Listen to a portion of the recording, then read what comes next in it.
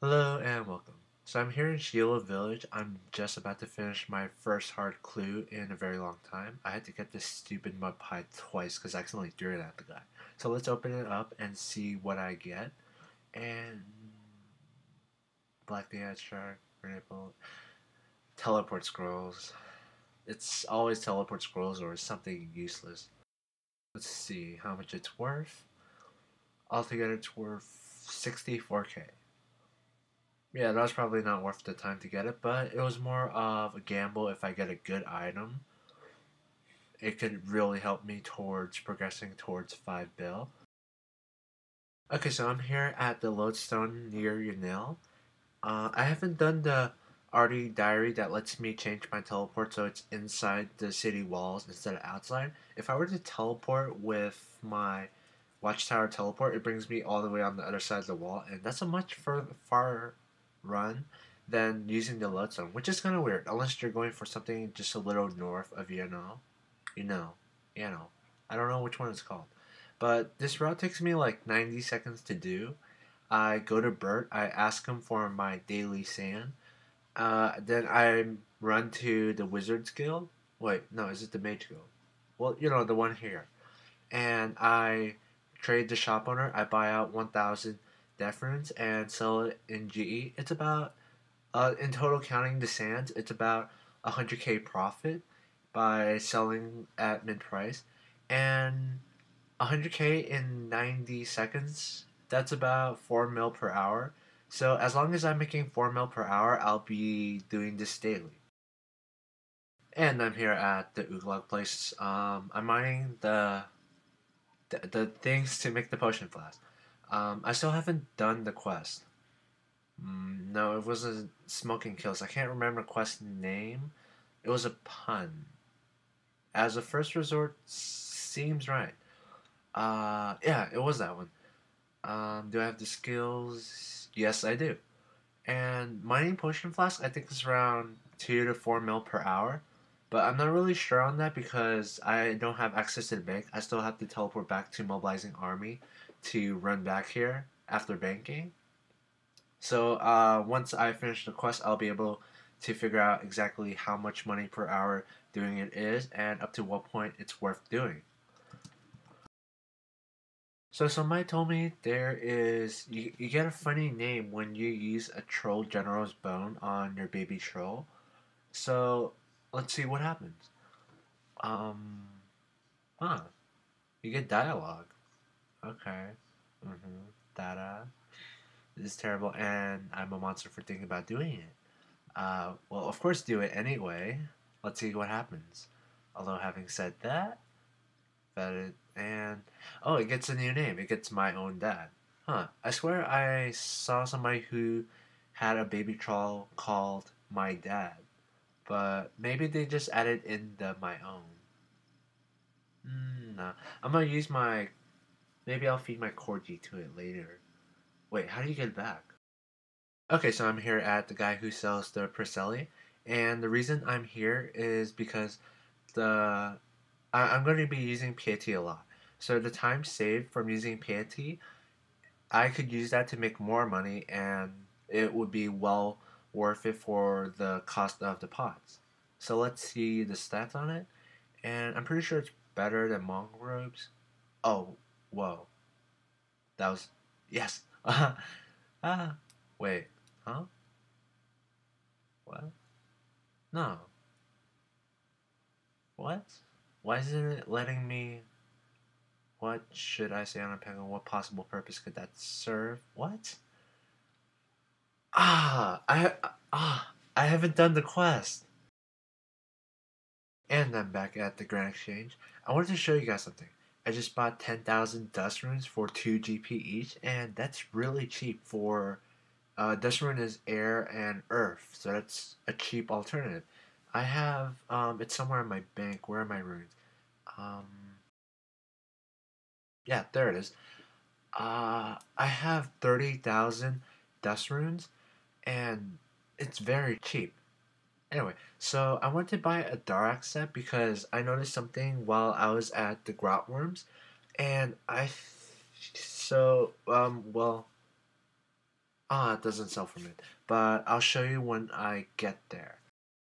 Okay, and in preparation of me buying my first Dharok set on, well, not this account, but for the series, I am gonna get Dwarven Rock Cake. So let's see, talk to this guy, and I like how you don't have to actually make the cake again because the first time it was very. There's a lot of steps. You got to run around, get a lot of stuff. I don't remember the exact ingredients, but this guy he sells it for you for 100 GP, and you actually do not need what was it, ice gloves to pick it up. You just need some kind of glove. If it's not an ice glove, it stays hot and it still hurts you. You get the same effect. And see right there. Yeah, I was able to pick it up and it still hurts me.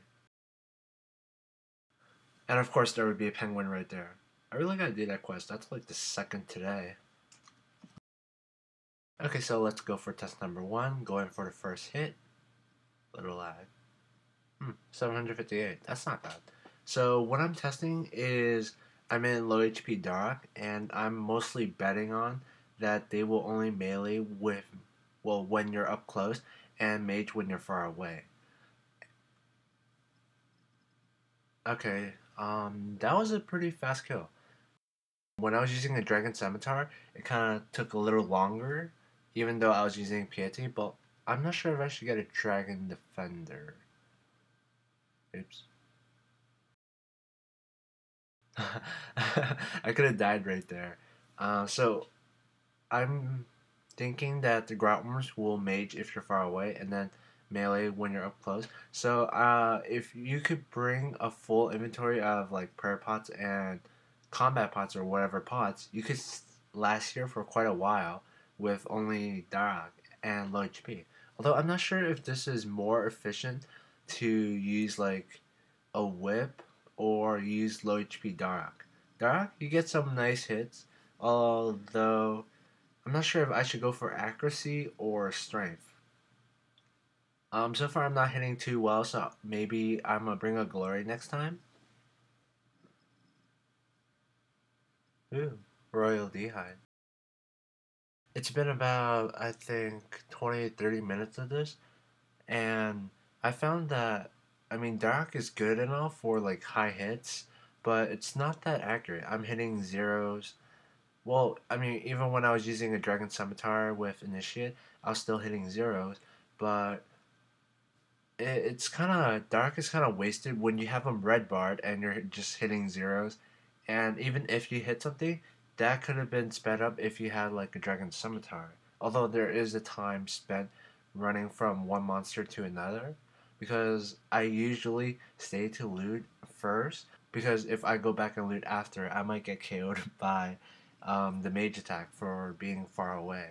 And I'm kind of afraid of running by one of them and have them melee me when they spawn, which could be a problem. But that hasn't happened yet. Oh, a few days ago, I was trying to buy a whip, like a normal whip, not the vine whip, but just a whip. But it wouldn't sell for mid. I tried a bit over, and I tried a little bit over that, and it still would not sell. And I looked at the graph, and it's just been going up and up, and then it started shooting way up recently. And I'm not sure if it was part of the combat rework thing, because they said that how they're gonna balance everything. Well, I mean, I actually do not remember what they said, but whip is 85 attack. That's higher than a chaotic. So maybe people are speculating that maybe it's going to be better, even though there is no way it should be better. Because, like, how many hours of dungeoneering does it take for starting out to get your first chaotic? There is no way that the Abyssal Vine Whip is ever going to be better than a chaotic. Maybe it's somebody merchanting the whips, but either way, I couldn't get a whip. So I was stuck with a Dragon Scimitar for a while, and then I came to the Grotworms and saw that they did the thing where they mage from a distance, but melee only if you're up close. So, I mean, low HP Darking, that's kind of fun. I'm pretty sure you get your Dwarven Rock Kick in your grave if you die, but even so, it's not that hard to survive. And I think that my bank value is like a 4. 4.2 mil is a good estimate. And what? Wow. I didn't know you could get randoms down here. Hmm. Oh, it's this random. You know, the first time I had this random, I had no idea how to get out. Like, I clicked on the right polygon, but then I didn't know that it switched, and then I just kept spam click. Oh no. Uh, oh, uh, well, I guess they have that thing where you don't get auto attack when you spawn. I was a little worried there. I thought that when I come back, I would get hit right away and get dropped. That would have been bad. Alk the dagger. It's kind of nice that you can alk without. Well, you could still be in combat while alking, and I guess that's something you could do if you're really going for efficiency. But it's just not something I would do. Although I'm already max com. Well, not max combat, but then I'm just missing prayer. That's the only thing I'm missing, and eventually I'm gonna have to get that. I'm not sure. Should I get overload first or turmoil? Hmm. I'm running kind of low on prayer pots. I need to get some out of my bird. I wonder if there are anybody who actually do something like Fire Surge and High Alk at the same time. I know there are people who do like it was at that place, the gold mining place, Living Rock Cavern, where people there they would high out their ores so that they don't waste any ticks from mining. So it's like there's no time spent dropping the ores or banking. It's just full on efficiency. I wonder how much cash per hour you would have to make for it to be worth it. Like the wizard guild thing, that's like 4 mil per hour, and if no,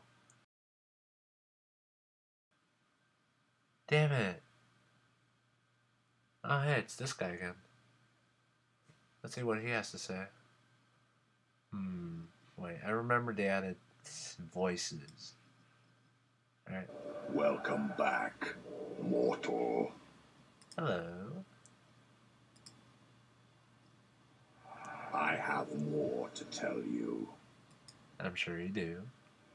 When you die, you keep some of your items, but you lose others. That's obvious. Your valuable gear will be dropped wherever it is you died.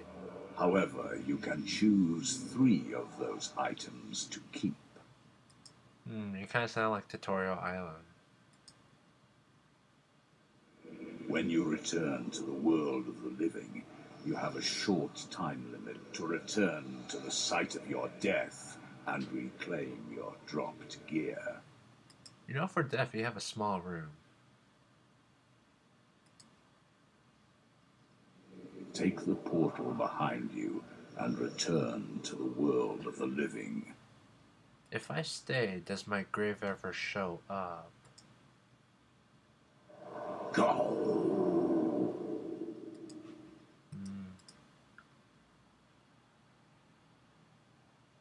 See ya. Okay. Protect my dark so it doesn't break. If I would have to repair it, that would cost like a third of my cash. Most of my stuff. I think Camulet's the closest bank. Nothing breakable. Should be good.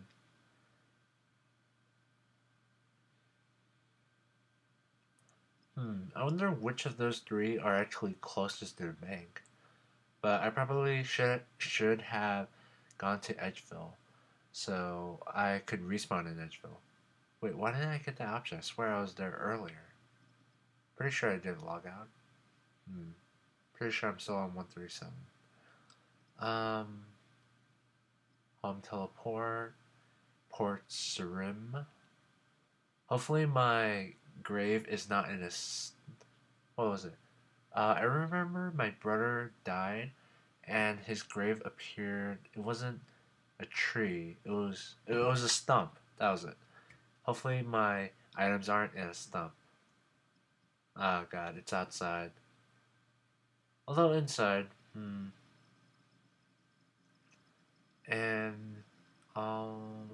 there it is. Okay. Oh wow, I have a pretty terrible grave.